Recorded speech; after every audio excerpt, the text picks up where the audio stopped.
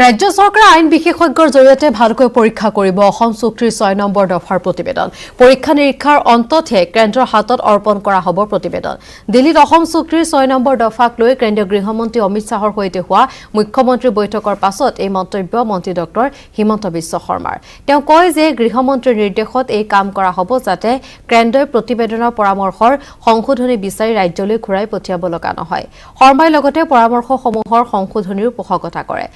জনগোষ্ঠীৰ জনজাতিকৰণ সন্দৰ্ভত অমিত শাহৰ নিৰ্দেশ এমাহৰ ভিতৰত মন্ত্ৰীগোটে গৃহ মন্ত্ৰণালয় দাখিল কৰিব লাগিব প্ৰতিবেদন বৈঠক এনআৰচিৰ পুনৰীক্ষণ সন্দৰ্ভতো আলোচনা সীমান্ত অঞ্চলত 20% আৰু অন্য জিলাত 10% পুনৰীক্ষণ সন্দৰ্ভত ৰাজ্য চৰকাৰে দিয়া প্ৰস্তাৱত সমৰ্থন জনালে কেন্দ্ৰই অনাগত উচ্চতম ন্যায়ালয়ৰ শুনানিত দুইখন চৰকাৰে এই দিশত শপতনামা দাখিল কৰিব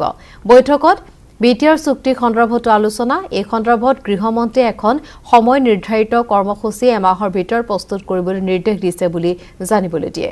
বৈঠকত মুখ্যমন্ত্ৰী সৰ্বানন্দ সোণোৱাল মন্ত্ৰী হিমন্ত বিশ্ব শৰ্মাৰ লগতে উপস্থিত আছিল উত্তৰ পূবৰ যুটীয়া সচিব সত্যন্ত গাৰ্গ আৰু অসমৰ মুখ্য সচিব কুমাৰ সঞ্জয় কৃষ্ণ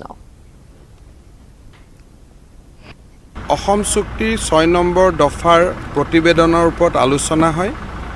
এই প্ৰতিবেদনখনত কিছু সংবিধান আৰু আইনৰ মৌলিক পৰিৱৰ্তনৰ কথা কোৱা হৈছিল কেন্দ্ৰীয় গৃহমন্ত্ৰী ডাঙৰীয়াই অসমৰ মুখ্যমন্ত্ৰী ডাঙৰীয়াক নিৰ্দেশ দিছে যে ৰাজ্য চৰকাৰে প্ৰতিবেদনখন বিশিষ্ট আইনজ্ঞৰ হতুৱাই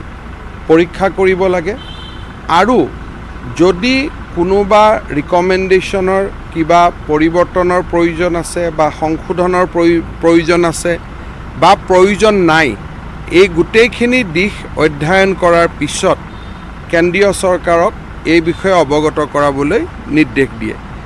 অহা 30 দিনৰ ভিতৰত বড়ো চুক্তিৰ কেইবাটাও দফা ক্ৰিয়ান্বিত কৰাৰ বাবে সিদ্ধান্ত লোৱা হয় আৰু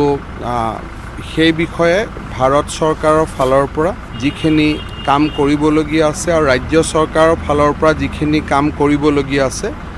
গোটেই কামখিনি এমাহৰ ভিতৰত এটা নিৰ্দিষ্ট সময়সীমালৈ ৰূপায়ণ কৰাৰ বাবে সিদ্ধান্ত লোৱা হয় 6 জনগোষ্ঠীৰ জনজাতিকৰণৰ যিটো বহুদিনীয়া দাবী সেই বিষয়ে আলোচনা কৰা হয় আৰু কেন্দ্ৰীয় গৃহমন্ত্ৰী ডাঙৰীয়াই ৰাজ্য চৰকাৰৰ